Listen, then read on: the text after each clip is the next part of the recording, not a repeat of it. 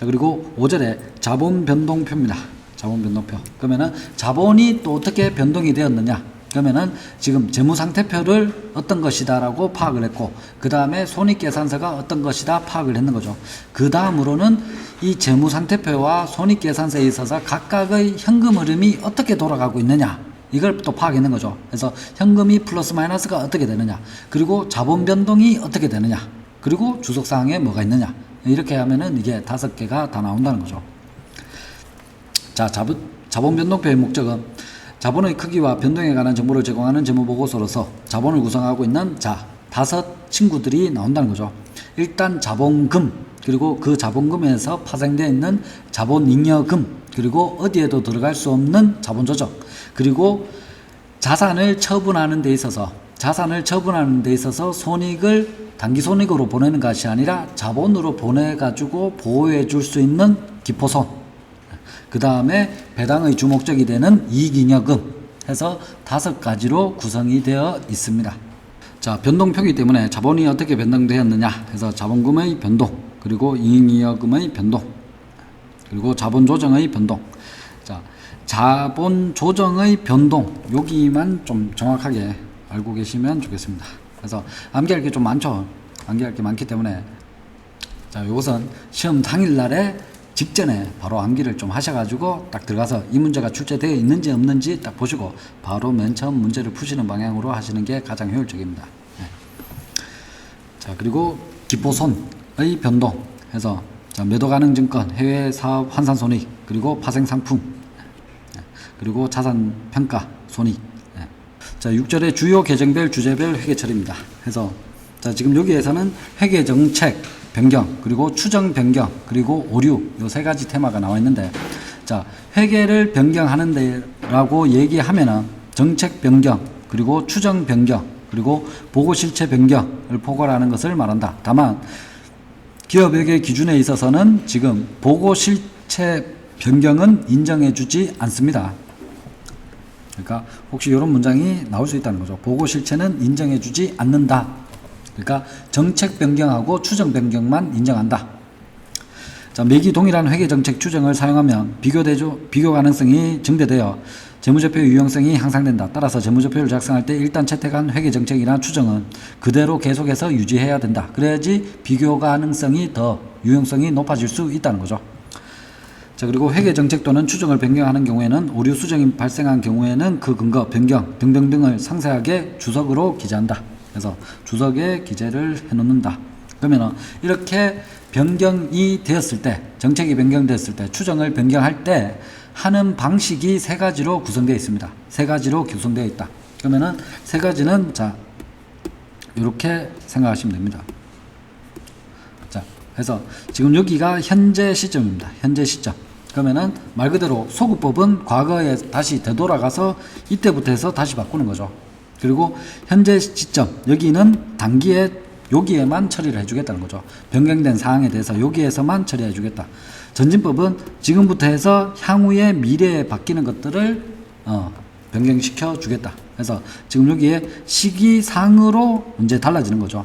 그 처리 방법이. 자, 일단 첫 번째로 소급법, 소극적 처리법입니다.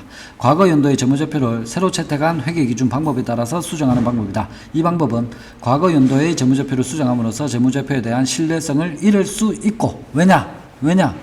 너희들이 이 주식 사라고 해가지고 공시해놓고 꼬셨는데 지금 정책이 바뀌었다, 추정이 바뀌었다고 해가지고 이때는 지금 재무제표상에서 지금 대손상가액, 감가 추정액 이런 비용들이 적게 계산이 되어 있어가지고 손익이 많이 날 것으로 예상되어가지고 주식을 샀는데 방법이 잘못됐다 해가지고 거꾸로 해가지고 다 바꿔버린다. 그러면은 예전에 거는 뭐냐? 믿을 수 없다.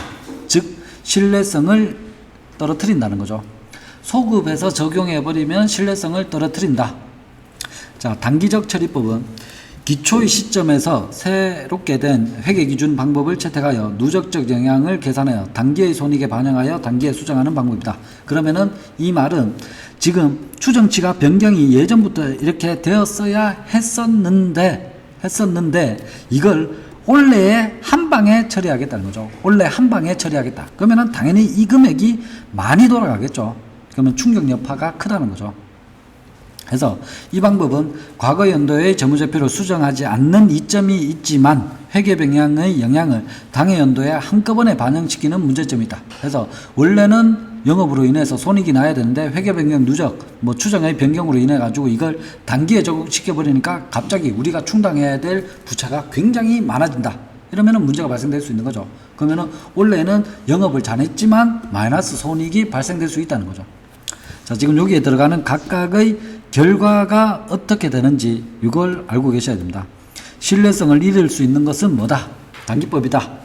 전진법이다. 아니다. 소급법이다. 자, 그리고 미래적 처리법입니다. 전진입니다. 전진. 향후에 나가서 계속 반영을 시켜주겠다는 거죠. 회계 변경의 영향을 미래적으로만 미치게 하는 것으로서 과거에 일어난 일은 과거로 돌리고 회계 변경이 일어난 후부터 새로운 회계 기준 방법을 적용하는 방법이다. 자, 이 말은 이제 과거는 묻지 마세요죠. 과거는 묻지 마세요. 비바이건입니다. 과거는 묻지 마시오. 묻지 마시오. 네. 이 방법의 주장 근거는 과거에 작성된 재무제표는 최종적인 것으로 이미 공시되어 있으므로 객관성을 띠고 있다는 거죠. 그래서 그렇게 꼬셨기 때문에 이것을 바꾸는 것은 안 된다. 그렇기 때문에 수정을 할 수 없고 과거의 재무제표를 수정하게 되면 회계 조작에도 이용될 수 있다는 것이다. 그렇기 때문에 전진법으로만 해서 처리를 해주겠다. 네. 자, 그래서 지금 세 가지의 방법이 있다는 거죠. 세 가지의 방법이 있다. 이걸 알고 계시고, 자, 회계 변경의 해설입니다. 자, 우선 정책 변경입니다. 정책 변경. 그러면 일단 이렇게 이해하시면 됩니다. 정책이라고 하는 것은 정부에서 변경을 시켰구나. 그럼 어쩔 수 없는 거죠. 그렇게 이해를 하셔야 됩니다. 재무제표의 작성과 보고에 적용하던 회계정책을 다른 회계정책으로 바꾸는 것을 말한다. 재고자산의 원가 흐름의 가정 변경이다. 해서 선입선출해서 이동평균법으로 변경을 시켰다. 그래서 기업은 다음 중 하나의 경우에는 회계정책을 변경할 수 있다. 그래서 기업 회계기준에서 변경했는 경우, 그래서 정책을 변경해서 이게 변경한 것이 훨씬 더 신뢰성 있고 목적 적합성에 더 맞는다라고 하면은 정책의 변경을 할 수 있다. 그래서 정책 변경은 선입선출해서 이동평균법으로 변경을 시키는 것이다. 이걸 기억하셔야 됩니다. 예시를 기억하셔야 됩니다. 그러면은 자, 정책 변경 그러면 정부, 그럼 정부는 무슨 법, 그렇죠? 그렇기 때문에 자, 선입선출법, 이동평균법, 법이기 때문에 정책 변경이구나 이렇게 생각을 하시면 됩니다. 자, 그리고 정책 변경은 다음과 같이 처리한다. 변경된 새로운 회계정책은 소급해서 적용한다. 자, 법이 바뀌었기 때문에 예전 거 묻지 않을 수가 없다. 거꾸로 다시 다 되돌아가서 이때 작성된 재무제표 다시 다 바꾸자. 그래서 신뢰성 다 잃을 수 있다. 그렇지만 어쩔 수 있냐? 법이다. 그렇죠? 그래서 소급 적용입니다. 정책 변경은 소급 적용. 법이기 때문에 정기 또는 그 이전에 재무제표를 비교 목적으로 공시하는 경우에는 소급 적용에 따른 수정사항을 반영해서 다시 재작성해야 된다. 그렇기 때문에 신뢰성을 잃을 수 있다는 거죠. 그럼 예전에 작성된 건 내가 들고 있는 거 이건 뭔데? 이렇게 얘기할 수 있다는 거죠. 비교 재무제표상의 최초 회계연도 기간 전의 회계기간에 대한 수정사항은 비교 재무제표상 최초 회계기간의 자산부채, 자본의 기초금액에 반영한다. 그리고 회계정책의 변경에 따른 누적 효과를 합리적으로 결정하기 어려운 경우에는 회계 변경을 전진적으로 처리하여 그 효과가 단기와 단기 이후의 기간에 반영토록 한다. 그래서 재고자산의 평가 방법을 선입선출해서 후입선출로 변경하는 경우에는 그 누적 효과를 합리적으로 결정하는 것은 불가능할 수 있다. 자, 여기에 소급해서 적용하려고 하면은 이게 너무나 단단하기 때문에 꺾여버릴 수도 있다는 거죠. 그렇기 때문에 이 충격을 좀 완화시키기 위해서 예외적으로 이렇게 할 수도 있다. 단기에 적용시키고 전진으로 해서 적용시킬 수도 있다. 그래서 그렇지만 원칙은 소급해서 적용하는 것을 원칙으로 하고 있습니다. 그런데 이걸 합리적으로 하기 어려울 경우에는 정기 그리고 단기 이걸 같이 병행해 가지고 쓸 수 있다는 거죠.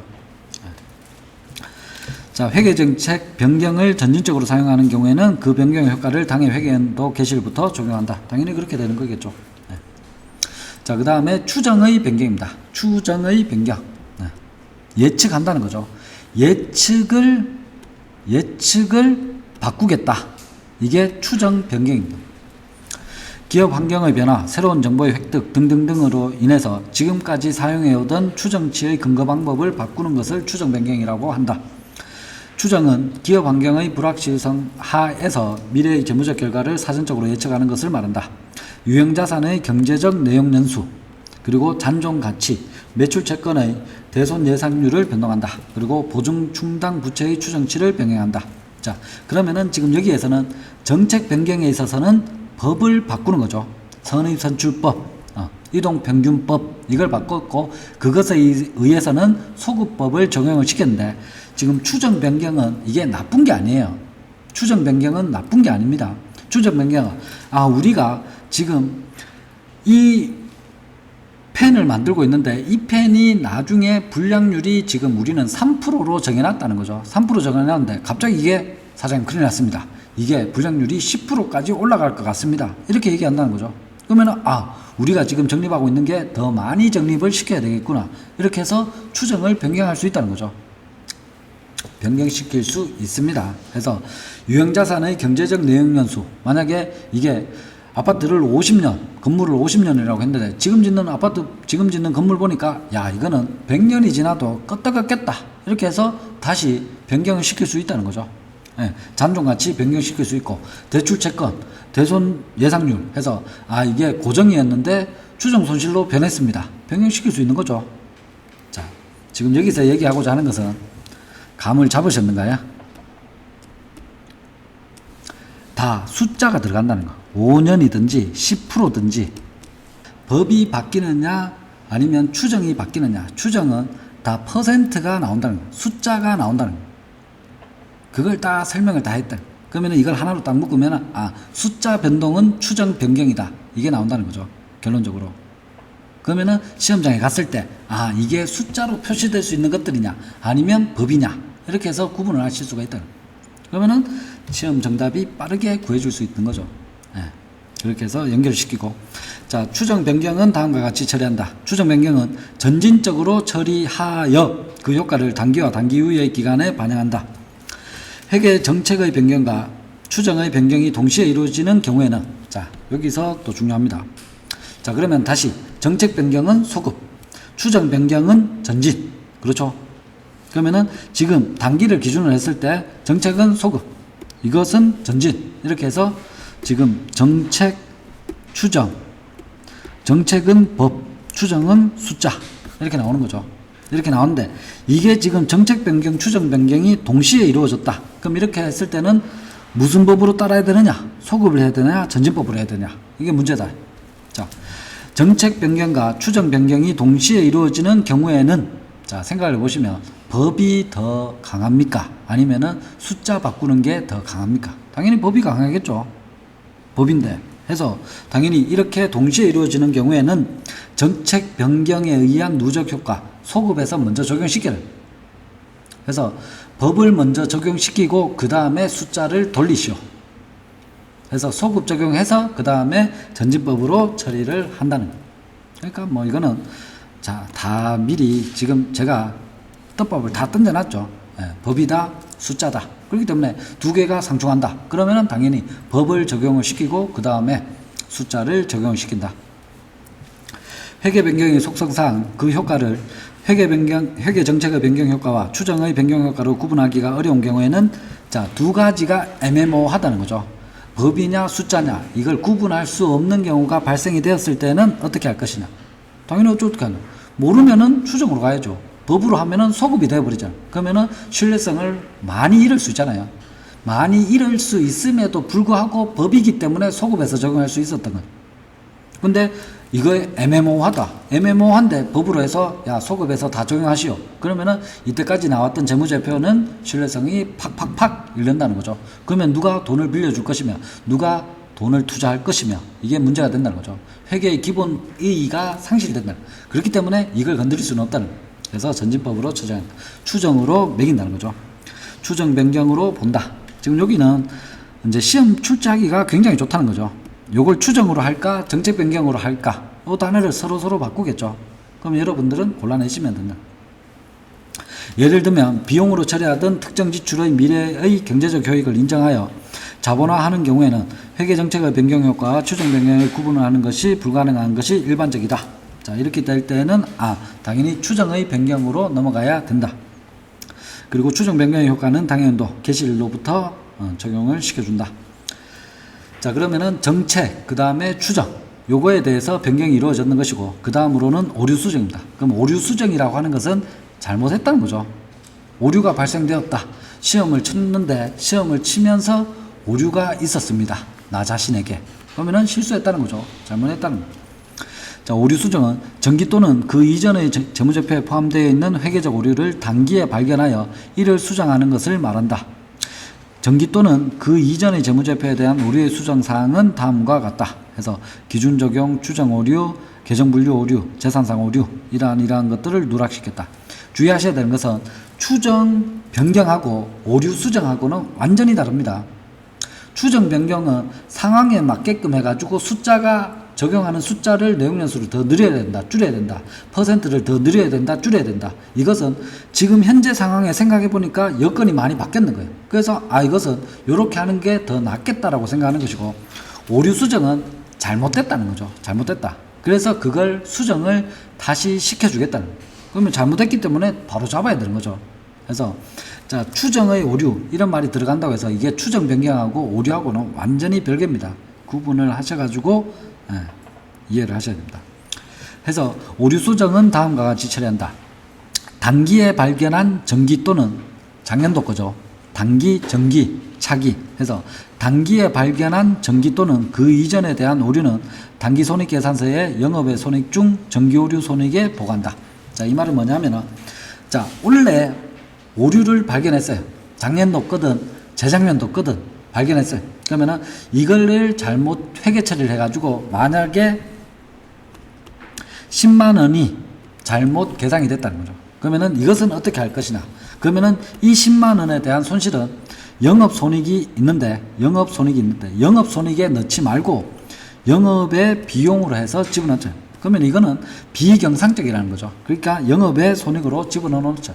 뭐 어차피 이거 뭐 한두 건, 몇 건 안 될 거잖아요. 이게 막 100건이고 이렇게 해서 금액이 1억이고 이렇게는 않을 것이다라고 가정해서 단기에 발견한 정기 또는 그 이전 기간의 오류는 단기 손익계산서에 영업의 손익 중 정기오류 수정 손익으로 보낸다. 자, 키워드는 뭐냐면은 단기로 보내겠다는 거죠.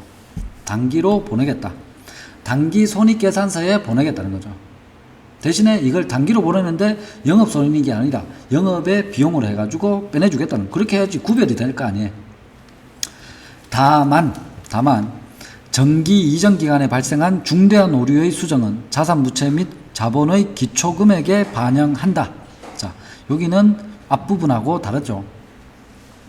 자, 약소한 오류는 단기에 PL로 보내버리는데 중대한 오류는 자산부채 자본 BS 계정으로 보내가지고 이걸 기초에 다시 반영을 해요. 이거는 아예 잘못됐기 때문에 부채가 더 늘어난 것으로 간주해야 됩니다. 이렇게 해버린다는 거죠. 지금 두 가지를 서로 구분하셔야 됩니다. 자, 두 가지를 서로 구분을 하셔야 되고, 단기 손익에 보낸다고 하는 것은 이제 또 다른 영향력이 많아지는 거죠. 자, 단기에 만약에 오류가 발생되었다. 그러면은 단기 손익계산서에 보내면 단기 손익계산서에 의해서 잉여금 처분계산서가 나오고 거기에 따라서 배당 그리고 세금 내는 거 이러한 것들까지 같이 연계돼서 영향력을 미칠 수 있는 거죠. 그런데 중대한 것 같으면은 이렇게 단기 손익으로 보내버리면은 갑자기 세금을 많이 지급해야 되고 세금을 적게 내야 되고 이 변동사항이 생긴다는 거죠. 그러면은 회사를 운영하는 데 있어 가지고 세금만큼 솔직히 아까운 게 없는 거죠.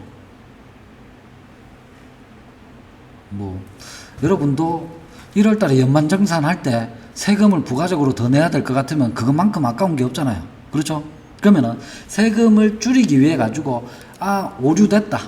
원래 수익이 많이 발생된. 그러면은 오류 찾아가지고 이거는 단기로 해가지고 다 집어넣어버리자. 그래서 영업의 비용으로 다 빼내버리자. 그러면은 원래 매출이 많이 발생되었더라도 세금은 적게 낼 수 있다.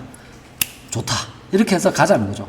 그렇게 가는 걸 방지하기 위해서 중대한 사항에 있어서는 바로 손익계산서에 들어가지 말고 재무상태표에 집어넣어가지고 이걸 반영을 시켜주라는 거예요. 이걸 시험 출제는 어떻게 하냐. 이렇게 생긴 오류는 자본변동표, 재무상태표에 반영을 시킨다. 이렇게 중대한 것은 당기손익에 반영시킨다. 이렇게 거꾸로 내버린다는 거죠. 그러면은 여러분들은 이걸 암기를 하지 않고서는 도저히 찾을 수가 없다. 그럼 이걸 어디에서부터 기계를 시켜야 되느냐. 세금을 감추기 위해서 이렇게 마음대로 할 수 있다. 거기에서 다시 거꾸로 해서 역산해서 가야 된다. 그렇게 해야지만 논리적으로 이것은 중대하지 않으니까 영업의 수익 비용으로 해가지고 집어넣어도 뭐 어차피 세금 낼 거 내고 배당해주고 해서 게임 끝나면 되지. 이렇게 해서 이 단어를 찾아낼 수가 있다. 안 그러면 여러분들은 이걸 구별해내기가 힘듭니다. 그걸 이해를 하셔야 됩니다. 자, 그리고 정기 또는 그 이전 기간에 발생한 중대한 오류의 수정을 위해서 정기 또는 그 이전 기간에 재무제표를 제작성하는 경우에는 각각의 회계기간에 발생한 중대한 오류의 수정 금액을 재무제표에 반영한다. 반영을 시켜준다라고 했죠. 그래서 비교재무제표에 보고된 최초의 회계기간 이전에 발생한 중대한 오류의 수정에 대해서는 당해 최초 회계기간의 기초자산, 기초부채, 기초자본의 기초금액에 반영을 시켜준다. 언제? 중대한 오류일 때. 중대하지 않은 것은 영업의 비용으로 해서 단기로 처리해버린다는 거죠. 단기의 손익에 반영을 시켜버린다. 자, 그러면은 회계 추정의 변경과 오류 수정과의 관계입니다. 회계 추정의 변경은 원래의 추정치를 파악할 당시에는 이용할 수 없었던 새로운 정보를 얻음으로써 건물이 더 많은 효용가치가 있다. 쓰러지지 않는다. 내용연수가 더 길다. 상품의 불량률이 더 이상 일어나지 않는다. 이런 기술들, 이런 정보가 취득되었음으로써 숫자를 바꾸는 거죠. 숫자를 바꾸는 것인데 원래의 추정치 대신 새로운 추정치를 사용하는 것이다. 즉 처음에 이용 가능한 자료를 신중히 사용하여 도출하였던 추정치가 50년이다, 5%다, 10%다. 이게 그 이후에 새로운 정보를 획득함에 따라서 부정확한 것으로 밝혀지는 경우에 새로운 추정치를 채택 사용하는 것이 추정의 변경이다. 이에 반하여 오류는 잘못이라는 거죠. 폴트입니다. 폴트. 잘못이기 때문에 원래의 추정이나 측정이 이루어질 당시에는 이용할 수 있었던 정보를 잘못 사용하거나 잘못 계산한 경우를 말하며, 자, 키워드는 잘못입니다. 잘못했던 거죠. 그래서 이것을 수정하는 것이 오류 수정이다. 예를 들면 기계에 대한 내용연수와 잔존가치를 추정한 후에 감가상각비 계산 시 잔존가치를 무시하거나 내용연수를 잘못 계산하여 감가상각비를 정확감각과 다르게 계산한 후에 수정하는 것은 추정 변경이 아니라 추정 변경은 퍼센트를 변경했는 거고, 지금 이렇게 처리했는 직원은 뭐를 잘못했다? 퍼센트가 나와 있는데 그 퍼센트가 5%에서 10%로 반영이 되어 가지고 금액을 500만 원을 1000만 원으로 넣어야 된다. 이 1000만 원을 10원으로 넣어 버렸다는 거죠. 그럼 이것은 잘못했다는 거죠. 이게 오류라는 거죠. 그래서 이렇게 수정한 것은 추정 변경이다. 이렇게 나오면 틀린 것이고, 이렇게 했는 것은 오류 수정이라는 거죠. 잘못했다. 정확한 값과 다르게 잘못 계산해서 입력을 해놓은 것은 오류 수정에 해당된다. 그러나 기계를 일정 기간 사용 후에 그 기계를 검사해 본 결과 앞으로 추정 내용 연수보다 더 사용할 수 있다는 결론을 내리고 내용 연수를 변경하여 회계 처리를 한다면 이것은 추정 변경이다. 그래서 5년 동안 쓸 수 있었는데 이게 검사해 보니까 아주 좋더라. 관리가 잘 됐다. 그러면은 10년까지 더 쓰자. 이렇게 해서 내용 연수를 바꿔버린다는 거죠. 이것은 추정 변경이다.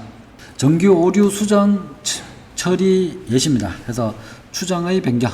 그래서 A사는 2011년도 결산 결과 2009년 1월 1일에 취득한 기계장치를 전액 수선 유지비로 처리한 것을 발견하였다. 그래서 기계의 취득 원가는 10만원, 추정 내용연수는 5년, 내용연수의 종료 시점의 추정 잔존 가치는 없다. 그리고 A사는 기계장치를 정액법으로 감가상각하였다. 상기 오류는 중대한 오류로 가정한다. 그래서 중대한 오류입니다. 중대한 오류. 그러면 중대하지 않은 오류에 있어서는 단기로 영업의 비용, 수익으로 처리해버리면 그걸로 끝인데, 그게 아니라 중대한 오류는 기초에 다 재무제표에 반영을 시켜줘야 된다는 거죠. 그래서 자변에 기계장치 10만원, 그리고 감가상각 누계액인데 정액법이고 10만원짜리가 5년이기 때문에 1년에 2만원씩 감가상각 누계액이 작성이 되는 거죠. 그래서 2009년, 2010년, 2011년 결산, 그러니까 3년치이기 때문에 감가상각 누계액이 6만 원 쌓여 있는. 그래서 지금 이렇게 되는데 이것을 전액 수선 유지비로 처리한 것을 발견했는 것이기 때문에 이것을 다시 오류 수정 분계를 해줘야 되는 거죠. 그래서 다시 감가상각비를 2만 원으로 해서 2월 이익 잉여금 6만 원이 산출되는. 자, 지금 여기에서는 금액하고 이건 크게 중요한 게 아니라 지금 분계를 하는 문제가 나오면은 여러분들은 뭐를 파악해야 되냐면은 분계할 때 그 계정 과목이 뭐가 쓰였는지 그걸 파악해요. 그걸 묻는 게 시험. 숫자는 이제 약간은 속된 표현이지만 농협 직원들이 공부를 안 하기 때문에 숫자만으로 해가지고 비교 대조 해가지고 풀 수 있도록 그렇게는 안 된다는 거죠. 그렇게는 안 된다. 그러면은 계정 과목이 어느 게 들어가는 자 그걸 묻는다. 그러면은 이게 2월 이익 잉여금 이게 중요하다는 거죠. 이게 뭐냐? 중대한 오류이기 때문에 이 잉여금으로 해서 자본으로 해서 들어가게끔 만들어 준다는 거죠. 단기 비용으로 처리하는 것이 아니다라는 거죠. 그러면은 앞쪽에서 얘기했는 것처럼 오류 답안이 될 수 있는 것은 당연히 정기 오류 수정 손익 이렇게 들어가겠죠. 이런 계정 과목이 나온다는 거죠. 그러면은 이 계정 과목은 틀렸는 것이다. 이렇게 판정을 내려야 되는 거죠. 그래서 어차피 분계로도 나올 수 있고 서술형 말로 문제가 나올 수 있는데 지금 상황이 중대한 오류이냐 아니냐 그걸로 판단을 해야 되고 그걸 어디 단기로 집어넣는 이유는 경미하니까 중대하면은 세금 포탈의 가능성이 있기 때문에 중대한 것은 단기로 집어넣지 않는다. 그걸 잘 이해를 하시면 되겠습니다. 이제 농협에 근무하고 있지만 정확하게 이게 뭐냐 모를 수 있는 거죠. 자, 금융상품이란 거래 당사자에게 금융자산과 금융부채를 동시에 발생시키는 계약을 말한다. 그래서 즉 한마디로 해서 금융상품을 산다는 거죠. 금융상품을 산다. 그리고 금융부채를 가지게 된다. 그래서 금융자산이란 현금 소유지분에 대한 증서 현금을 수취하거나 유리한 조건으로 변경할 수 있는 권리를 말한다. 금융부채는 현금을 지급하거나 불리한 조건으로 금융자산을 교환해야 되는 의무를 말한다. 자, 금융상품의 최초 인식입니다. 금융자산이나 금융부채는 금융상품의 계약 당사자가 된 때 인식한다. 자, 인식한다라고 하는 것은 금융상품 요 계정을 쓰자 이런 말이죠. 그러면 평가를 해서야 비로소 숫자를 적을 수가 있는 거죠. 그래서 인식은 언제 할 것이냐? 계약 당사자가 된다. 그래서 내가 금융상품에 가입하게 된다. 이렇게 됐을 때 대출을 가입하게 된다. 예금에 가입하게 된다. 투자자산에 가입하게 된다. 가입했을 때 인식을 하자는 얘기죠. 자, 그리고 금융자산의 제거입니다. 금융자산의 제거는 금융자산의 양도의 거래는 다음 요건을 모두 충족하는 경우에는 양도자가 금융자산에 대한 통제권을 이전한 것으로 보아 매각거래로 하고 그 이후에는 금융자산을 담보로 한 차입거래로 해야 된다. 자, 말이 어렵게 기술되어 있는데 간단합니다. 이걸 완전히 양수도가 이루어졌다. 양수도가 이루어졌다라고 하는 것은 지금 소유권이 넘어갔다는 거죠. 자, 집이 이렇게 있습니다. 집이 이렇게 있고 여기에 매도자 여기 매수자 그러면은 집에 대한 소유권이 넘어갔으면은 이것은 양도가 됐는 거죠. 그런데 집이 넘어간 게 아니라 여기에 있어서 여기에 들어와서 살 수 있는 전세권이 있다. 그러면은 전세권은 어차피 소유주 변동에는 아무런 그게 없죠. 용익 물건으로 해서 이 사람이 빌려서 쓰는 거죠. 빌려서 쓰는 거다. 그렇기 때문에 지금 여기에서 차입거래로 본다는 거죠. 이외의 경우에는 통제권을 소유권을 이전한 경우에는 양수도가 이루어졌다라고 하고 그게 그렇지 않으면은 그 이외는 다 차입거래로 보겠다는 거예요. 자, 양도인은 양도입니다. 양도. 여기에 있는 사람, A에 있는 사람. 양도가 양수인에게 넘겨주는 거죠. 양도인은 금융자산 양도 후 당해 양도자산에 대한 권리를 행사할 수 없어야 한다. 당연히 그렇죠. 이 건물을 팔았다. 이 금융채권을 팔았다. 그러면은 더 이상 그 사람이 권리는 없어져야 된다. 즉 양도인이 파산 또는 법정관리에 들어갈지라도 양도인 및 양도인의 채권자는 양도한 금융자산에 대한 권리를 행사할 수 없어야 된다. 당연히 맞는 말입니다. 양수인은 양수한 금융자산을 처분할 자유로운 권리를 갖고 있어야 한다. 당연한 말이죠. 소유권이 넘어갔는데 이전이 일어났으면은 거기에 대해서 당연히 그렇게 돼야 된다. 그리고 양도인은 금융자산 양도 후에는 통제권을 행사할 수 없어야 한다. 당연히 통제할 수 있으면 안 되는 거죠. 판 사람인데 통제할 수 있다. 문제가 있는 거죠. 자, 이런 지문들은 너무 여러분들이 깊게 생각하면은 시험장에 가면 여기에서 정말 심해로 빠져들게 됩니다. 그러면 이 문제 읽는데 뭐 한 2분, 3분 걸린다는 거죠. 쉽게 생각하셔야 됩니다. 쉽게 생각하셔야 된다. 있어야 된다, 없어야 된다. 이 문구를 바꾸기 때문에 읽어보시고 넘겨줬으니까, 팔았으니까, 이전됐으니까 이렇게 생각하시면 됩니다. 그리고 금융자산의 이전 거래가 매각 거래에 해당하면은 처분 손익을 인식해야 되고, 매각 거래와 관련하여 신규로 취득하는 자산이 있는 경우에는 공정가치로 평가하여 장부에 계산하고 처분 손익에 반영을 해야 된다. 자, 공정가치라고 하는 것은 감정평가하고 똑같습니다. 감정평가. 여신에 있어가지고 감정평가서를 작성을 하는 거죠. 그러면 감정평가서는 뭐냐? 감정평가서 이렇게 되어 있고, 대상 물건 주소가 적혀져 있다. 그러면 주소가 적혀져 있고, 이 금액은 만약에 1억 357만 5천 원 이렇게 적혀 있다. 그러면은 이것이 날짜가 X 1년 10월 달이다. 이렇게 적혀져 있으면은 여기에 감정평가서 누구 이렇게 적혀져 있으면 요 감정평가서는 뭐를 의미하느냐? 이 대상 주소에 있는 부동산을 이 날짜에 팔아버리면 이 금액을 받을 수 있다라고 감정평가서 내가 인정을 하겠습니다. 이 말이 감정평가서라는 거죠. 그럼 이렇게 해서 시장에 던졌을 때는 1억 375만 2천 원으로 받을 수 있다. 이 말인 거죠. 그러면 공정가치라고 하는 것은 공정하게 그 금액을 측정했다. 어떻게 측정했냐? 시장에 던져놨다는 거죠. 시장에 던져놨을 때 이 가격을 받을 수 있는 가격을 공정가치라고 얘기합니다. 공정가치나 시장 가격이나 감정 가격이나 다 똑같은 말입니다. 누구나 다 합리적인 사고를 할 수 있는 사람들이, 경제적 주체로서 합리적 사고를 할 수 있는 사람들이 살 수 있는 그 가격, 이게 공정가치를. 그래서 자, 신규로 취득하는 경우에는 당연히 공정가치로 평가해서 장부에 계산해야 되는 거죠. 공정가치로. 이 경우 신규로 취득하는 자산부채의 공정가치를 알 수 없는 경우에는 다음과 같이 한다. 자산을 취득하는 경우에는 제로로 보아서 처분손익을 계산한다. 그리고 금융자산이 이전의 담보거래에 해당하는 경우에는 자산을 담보제공자산으로 별도로 표시한다. 자, 그래서 밑에 부분 한번 좀 읽어보시고, 금융자산과 금융부채의 최초 측정입니다. 그래서 자, 금융자산이나 금융부채의 최초 인식 시에 공정가치로 측정한다. 자, 지금부터 나오는 것들은 인식을 하고 난 다음에 평가를 할 때는 대부분이 다 공정가치입니다. 왜냐? 이걸 언제든지 팔 수 있기 때문에 팔았을 때의 그 가격, 살 때의 그 가격, 그 가격으로 자산가액을 매긴다는 거죠.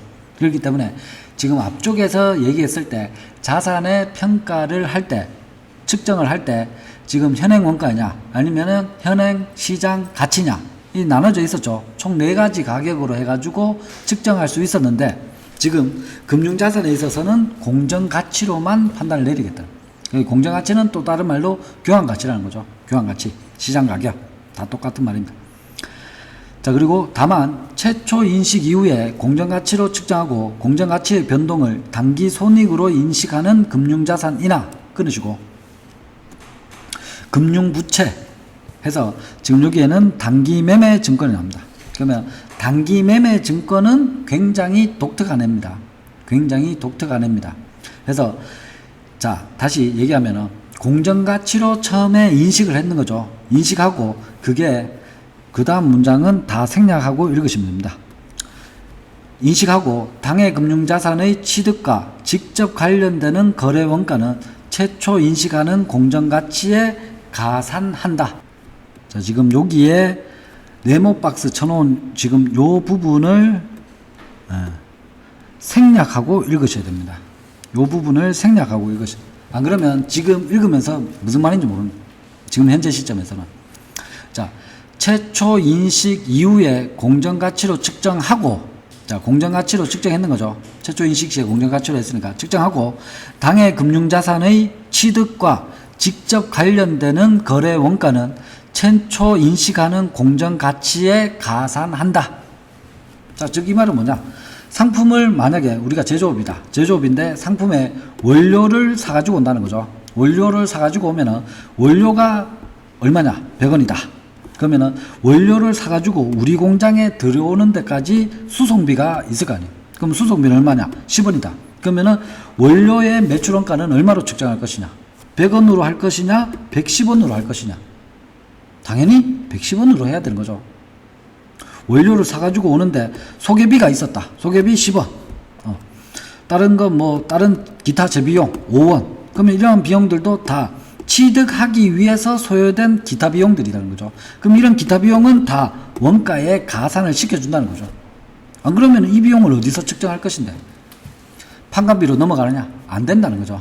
그렇기 때문에 원가에 다 포함을 시켜놓는데 그렇게 해야지 우리가 매출액이 있고 매출 원가가 있으면 여기에 따라서 수익이 창출이 된다는 거죠. 자, 그러면은 다시 지금 요 문장은 이해를 하셔야 됩니다. 지금부터 빗좀 치는 거 최초 인식 이후에 공정가치로 측정하고 여기에 따라서 소요되는 거래 원가라고 하는 것은 기타 재비용들 이것은 공정가치에 가산한다. 이 문장을 일단 이해하셔야 돼요. 그럼 이 문장은 별 크게 의미 있는 건 아니다. 왜냐하면 다른 걸 뭘 할 때도 다 이렇게 취급한다. 건물을 취득한다. 그러면 건물 가격이 10억이다. 그런데 여기에 부동산 수수료 1,000만 원이다. 그러면은 건물 가격을 어떻게 매길 것이냐? 인식할 때 10억으로 할 것이냐? 10억 1,000만 원으로 할 것이냐? 당연히 10억 1,000만 원으로 한다는 거죠. 그렇잖아요. 그렇기 때문에 여기에 있는 지금 밑금 쳐져 있는 말은 다른 상황에서도 다 같이 적용되는 말이다. 그렇기 때문에 별다른 의미는 없다. 읽었을 때 당연히 여기에 소요되는 취득하기 위해서 소요된 비용은 당연히 매출원가에 포함된다. 당연한 말인 거죠. 당연한 말입니다. 당연한 말인데 그럼 문제가 되는 것은 뭐냐? 지금 여기에 네모 박스 안에 들어가 있는 것은 예외사항인 거죠. 자, 집중하셔야 됩니다. 예외사항입니다. 왜냐? 공정가치의 변동을 단기 손익으로 인식하는 금융자산이나 금융부채의 경우에는 밑에 보시면은 의 경우에 발생된 취득에 관련되어서 발생되어 있는 금액은 이 말이 거래원가는 공정가치에 가산하지 않는답니다. 이 문장을 두 개로 이렇게 분개를 시켰는 거죠. 분개를 딱 시켰다. 그러면은 지금 금융자산을 인식하는 데 있어서 공정가치, 취득원가를 공정가치로 하는데 거기에 소요된 비용은 원래 다 포함을 시키겠다는 거죠. 다른 상품하고 다른 것들처럼 해가지고 취득할 당시에 소요된 비용을 다 포함시키듯이 금융자산, 금융부채도 공정가치에 다 포함을 시키겠다. 이게 일단 원칙인데 예외사항으로 단기 매매 증권에 있어서는 그러하지 아니하다. 그러면은 그러하지 아니하면 이것은 무슨 비용으로 하는데? 단기 비용으로 처리한다. 단기 비용으로 처리한다. 자, 이게 중요하다. 이게 중요하다. 시험 문제에 약간만 꼬아버리면 수험생, 회계 시험 치는 수험생 99%가 다 틀립니다. 자, 최초로 인식하는 금융부채에 있어서는 공정가치로 평가하고 가로 열고 단기매매 증권을 포함하여 여기를 취득하는 데 있어서 발생되어 있는 원가는 공정가치에 가산해서 한다. 이렇게 나오면 다 틀린다. 다 틀린. 이 문장이 두 문장으로 연결되어 있다는 것도 잘 모를 수 있다는 거예요. 그렇기 때문에 잘 보셔야 돼요. 자, 그러면은 지금 어디를 보셔야 되는데 보셔야 되냐 하면은 자, 56페이지에 자, 중간에 다이아몬드 표시해 보시면은 유가증권의 최초 측정과 후속 측정입니다. 해서 유가증권은 최초 인식 시 공정가치로 측정한다. 자, 그런데 다만 단기매매 증권 외입니다. 단기매매 증권 외. 그러면 단기매매 증권을 제외하고 만기보유증권, 매도가능증권, 다른 애들이 있습니다. 예, 좀 이따가 공부를 하고. 자, 그냥 다른 애들은, 그러니까 만기 보유 증권, 매도 가능 증권의 유가 증권은 취득과 직접 관련되는 거래 원가는 공정가치에 가산해서 플러스해서 금액을 잡아버린다는 거죠. 잡아버리는데 왜 단기 매매 증권은 이렇게 잡지 않느냐? 왜냐하면은, 자, 왜냐하면은 을 잘 이해하셔야 되는 거죠. 단기 매매 증권은 주식으로 치면은 자, 단기 매매 증권은 단기입니다. 해서 주식으로 치면 단타의 목적성을 가지고 있다. 단타의 목적성을 가지고 있다. 그러면 단타를 하면은 뭐 주식을 해보신 분들은 아시겠지만 단타를 하면은 거래 수수료 비용이 막 발생됩니다. 그렇죠? 그러면은 하루에도 거래 수수료 비용이 떼가는 게 엄청나게 많아진다는 거죠. 한 2%, 3% 이 정도가 막 떼간다고. 그러면은 어느 정도 수익을 창출하지 않는 한은 결론적으로 까먹는 거죠.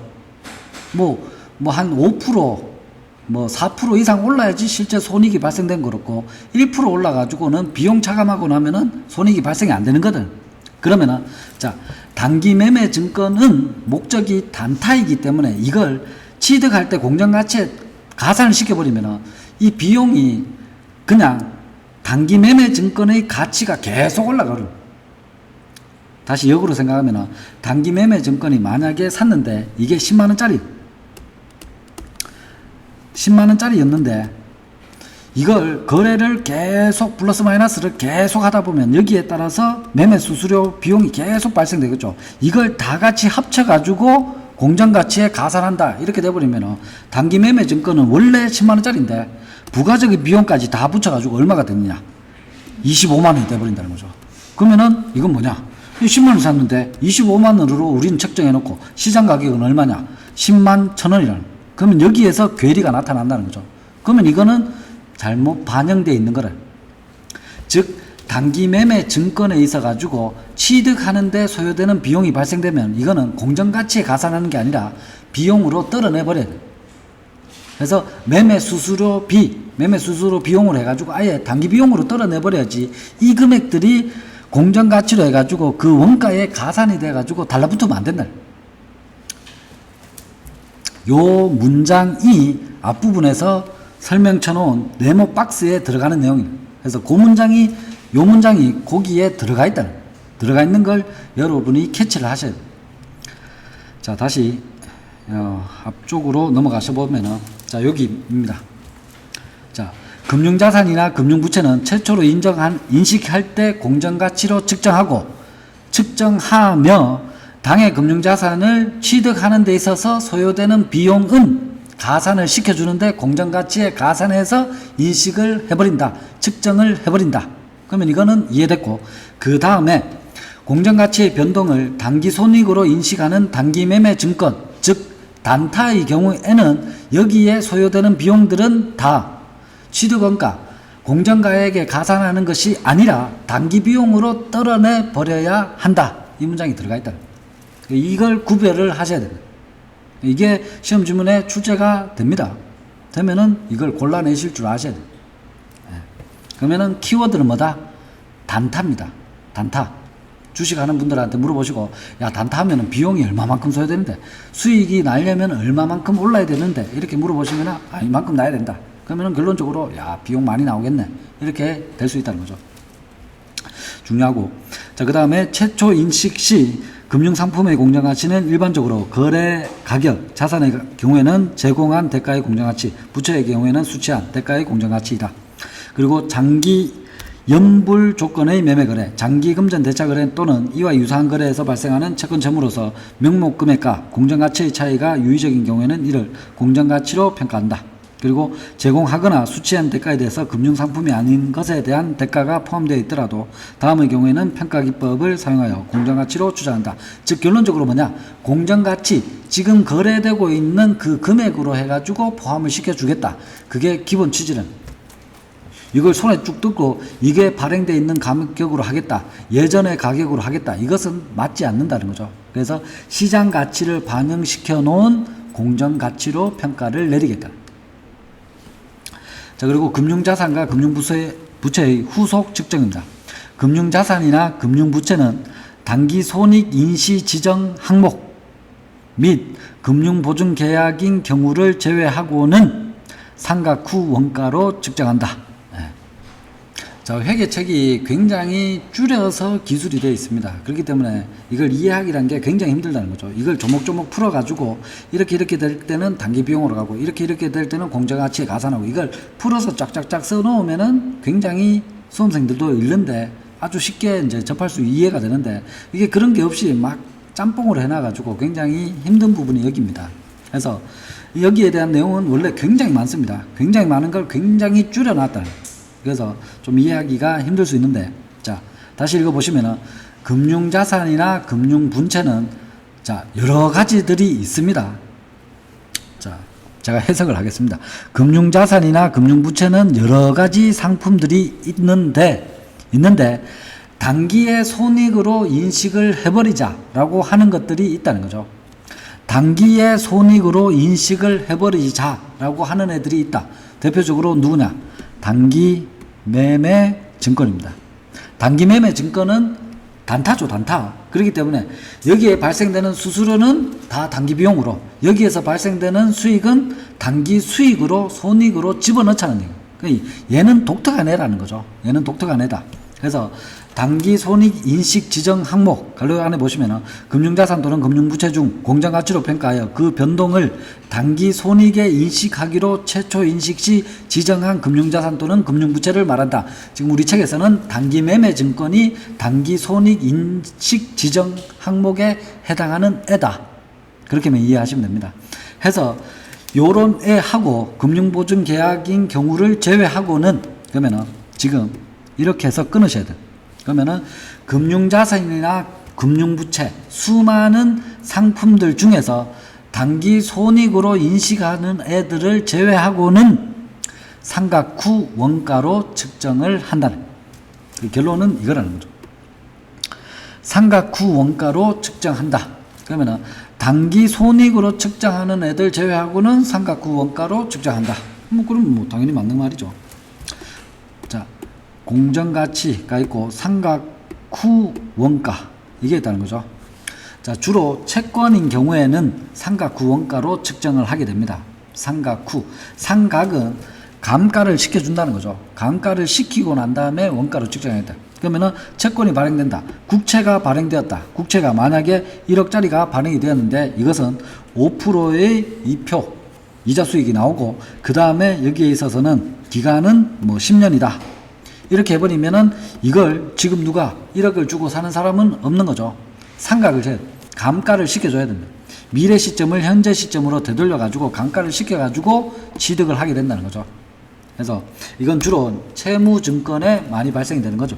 그래서 일단 여기에서는 단기 손익으로 인식하고 단기 비용으로 인식하는 특이한 애들이 있더라. 특이한 애가 누구냐? 단기 매매증권 단타하는 애들, 얘네들 빼고는 상각 후 원가로 측정을 해주겠다. 이렇게 일단 생각하시고, 자, 그 다음에 대손충당금입니다. 자, 대손입니다. 대손. 손실이 인정이 되었다는 것. 대손. 손실이 발생된 것에 대해서 충당, 쌓아둔다는 거죠. 그래서 대손충당금을 발생시키는. 자, 회수가 불확실한 금융자산.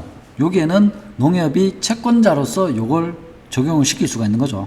그래서 우리가 대출을 해줬다. 그러면은 소비자 입장에서는 금융부채를 따는 거죠. 농협에 찾아와서 대출을 했는 사람은 금융부채를 따는 사람. 우리 농협에 와서 대출을 받아간 기업체는 금융부채를 따는 사람이잖아요. 그렇죠? 그러면 그 반대쪽에 서 있는 우리는 이제 다른 채권자 입장입니다. 그럼 채권자의 기업에서 생각해 볼 때 대손충당금을 설정을 해 놓는다는 거죠. 왜냐하면 이 대출이 회수가 안 될 수 있기 때문에. 그래서 자, 회수가 불확실한 금융자산은 합리적이고 객관적인 기준에 따라서 산출한 대손 추산액. 자, 추산은 추정해서 계산한다. 추정해서 계산한다. 손실이 발생될 것을 추정해서 계산하는 금액이 대손 추산액이에요. 그래서 지금 대출이 1억이 나가 있는데 대손 추산액을 계산해 보니까 3천만 원이더라. 그런데 우리가 쌓아놓은 대손 충당금은 1,000만 원이더라. 이렇게 될 수 있다는 거죠. 자, 이거는 굉장히 쉬운 내용입니다. 굉장히 쉬운 내용인데 여러분이 지금 잘 피부에 안 와닿는 것은 용어가 익숙하지 않아서, 그럼 용어를 풀어낼 수만 있으면 아주 간단하게 풀리는 문제를. 그래서 대손 추산액이 지금 3천만 원을 못 받을 것 같은데 대손 충당금이 1,000만 원밖에 안 돼 있다. 이런 문제가 발생되는 거죠. 자, 대손 추산액에서 대손 충당금 잔액을 차감한 금액을 대손 상각비로 계산한다. 당연한 말이죠. 자, 여기 보시면, 앞에 보시면 1억짜리 대출을 해줬는데, 자, 앞에 보시겠어요? 앞에 보시면은, 자, 1억짜리 대출을 해줬는데 3천만 원이라는 추산액이 나왔다는 거예요. 계산해 보니까 3천만 원은 못 받겠다. 7천만 원은 고정으로 해가지고 회수 예상가액에 포함이 되는데 나머지 3천만 원은 추정 손실로 될 것 같다. 그러면은 3천만 원이 손실을 입을 예상액이라는 거죠. 그런데 이 대출에 의해 가지고 우리가 충당을 시켜놓은 건 1천만 원밖에 없다. 그러면 어떻게 할 것이냐? 나머지 2천만 원을 어디에서 빼와야 되는 거죠. 그래서 이것을 지금 대손상각비입니다. 비용입니다. 비로 계산을 한다는 거죠. 그리고 이 경우에는 상거래에서 발생한 매출 채권에 대한 대손상각비는 판매비와 관리비로 처리하고 기타 채권에 대해서는 영업의 비용으로 처리한다. 즉 이게 영업손익이냐 영업의 비용이냐, 그러니까 영업 비용이냐 영업의 비용이냐 이걸로 나누겠다는 거죠. 왜냐, 상거래에 돼 있으면은 주된 영업활동, 상거래 이외의 경우는 영업외로 빼내주겠다는 거죠. 그럼 뭐 당연히 이걸 이렇게 해서 나눠주겠다. 그리고 회수가 불가능한 채권은 대손 충당금과 상기하고 대손 충당금이 부족한 경우에는 그 부족액을 대손 상각비로 처리한다. 더 출금해가지고 빼내준다는 거죠.